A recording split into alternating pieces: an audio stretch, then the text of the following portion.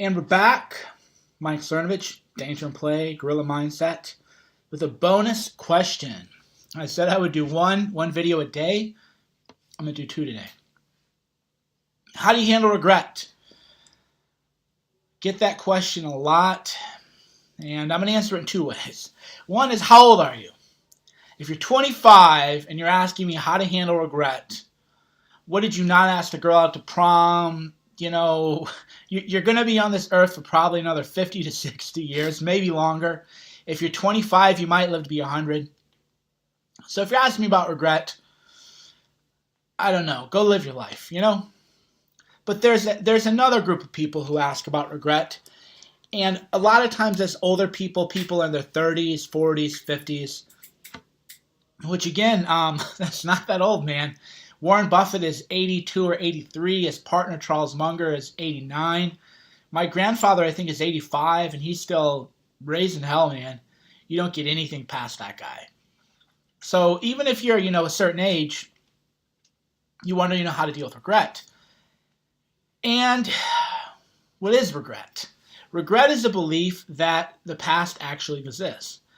The past does not actually exist. The past is no more real than a memory. And memories are false. You can read all the research. Don't take my word for it. Read Daniel Kahneman, watch those videos on false memory syndrome, watch videos on cognitive biases in memory. Whatever memories you have aren't even really that true. They're biased. You don't form a memory and then retrieve it like a filing cabinet, but instead the narrative is constantly being changed based on present events.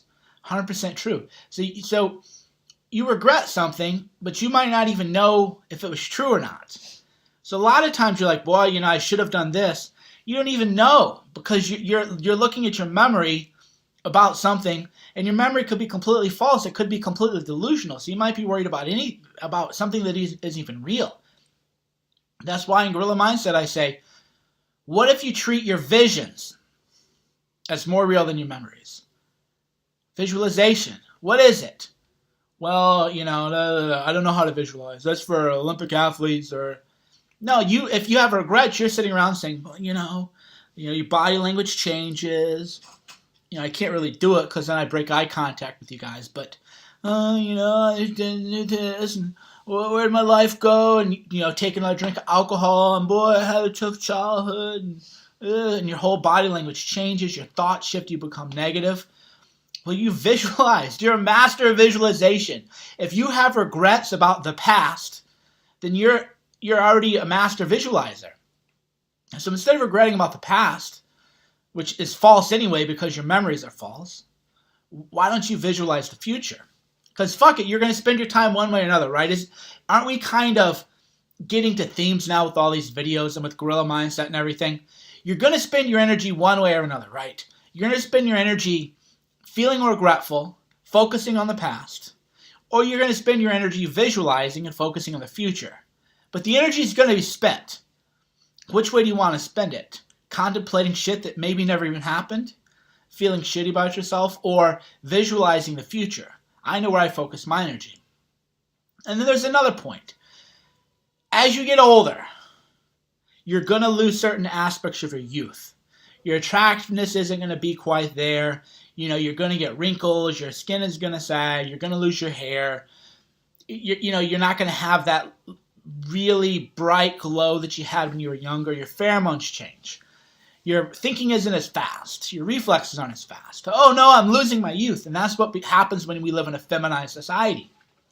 So men, and I used to be one of them, we freak the fuck out. Oh my God, I'm not 27 anymore. Oh fuck. And then, you got men, I call it the rise of the 40-year-old bro. They just don't want to admit, I'm not 25 anymore. I'm a bro. I'm not a bro. I'm 37 years old. They call me the bro. I agree and amplify and appropriate their term, but there's nothing bro about me. I don't want to be a bro. I was 25, I wasn't a bro. But the idea is if you want to be a bro and you're 35, my age, 37, 40, 45, 50, you're going to have a rough ride because you're not a bro. If you go to a frat party, if you think you're a bro, go to a frat party. Good luck with that. Ironically, if you want to feel young, if I went to a frat party with these like 40, 50-year-old bros that I sometimes see out and about, I would get more women because I would run the more like daddy, daddy game, a very mature, composed man. I wouldn't be there trying to look cool. I would look, like a dad, like a well-dressed, sophisticated, suave, older man. And I would actually do better than the bros, so that's what's kind of weird about it. So you wonder, why do people want to be bros? It's because feminization, right? We think that we only have our youth and our beauty. And that's what women, is that all women have? If you're a woman, is that all you have? I wouldn't say that's all you have, but that's what a lot of people say. That's what the reality TV says. That's why if you ever want to really understand how debased society's become, watch one of those the Real Housewives shows. These women, all they ever had was their beauty and their youth, and they're gossipy, the drama, they're catty. You would never go to them for worldly advice. They have no wisdom. They have no emotional character, no depth. They're cum rags. But they're 50 years old, 60 years old, so nobody wants to use them as a cum rag even, right? You're just like, wow, this is a gross... I've been hit on them.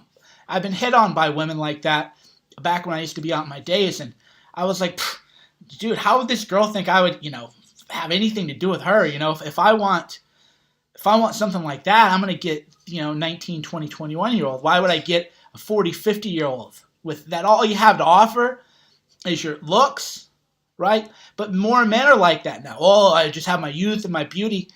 So if you do that, you're going to get older, and then you're going to have all these regrets because you realize, well, I can't do that thing that I maybe could have done anymore.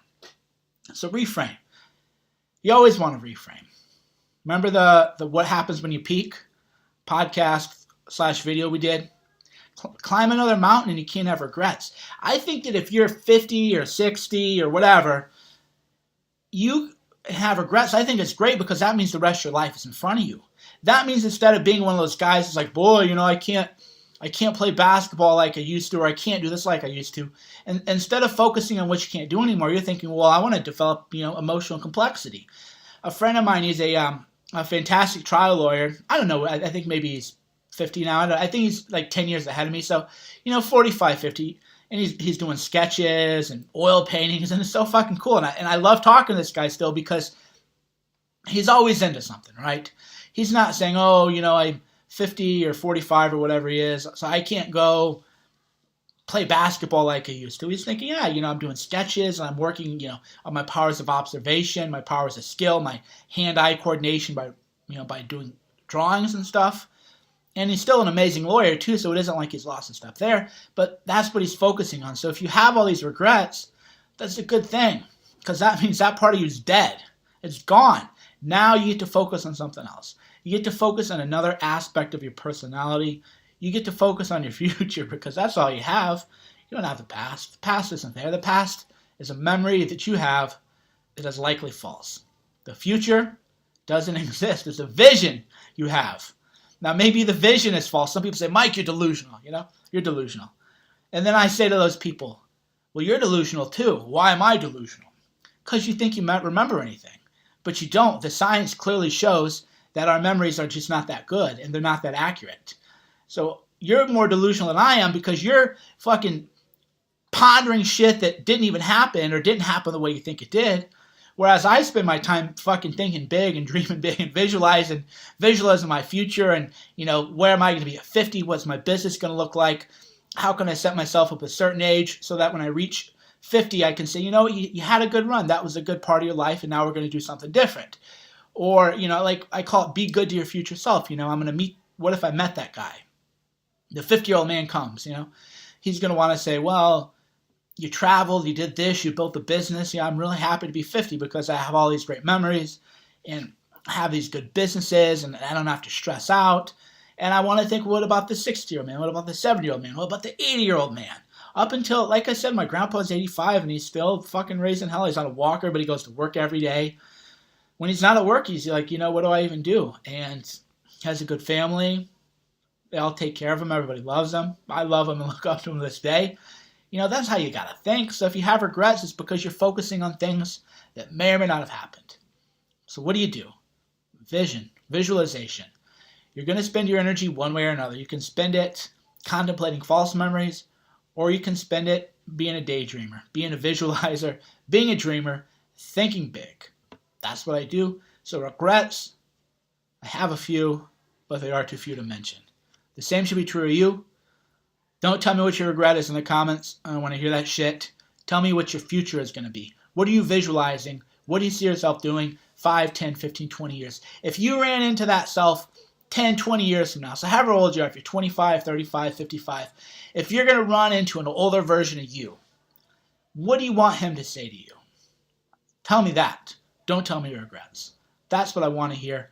What do you want him to say? Post your comment below. I'll talk to you tomorrow.